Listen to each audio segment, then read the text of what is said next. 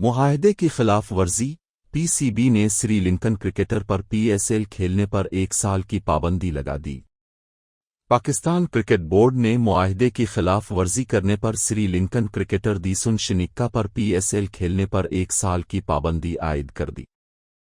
Pakistan cricket board کے مطابق P S L 11 کے لیے لاہور قلندرز کے دیسن شنیکا نے ایونٹ سے دستبردار ہے کر معاہدے کی خلاف ورزی کی، جس کے بعد وہ اگلے سال پی ایس ایل 12 میں شرکت کے لیے نااہل قرار دیے گئے۔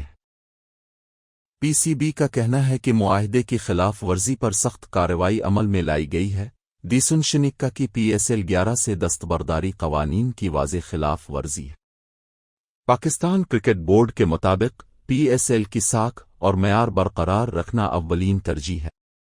پی سی بی کے مطابق دیسن شنیکا نے کہا ہے کہ میں پی ایس ایل سے دستبرداری کے اپنے فیصلے پر دل سے افسوس کرتا ہوں اور پاکستان کے عوام، شائقین اور پوری کرکٹ برادری سے خلوص دل سے معذرت چاہتا ہوں۔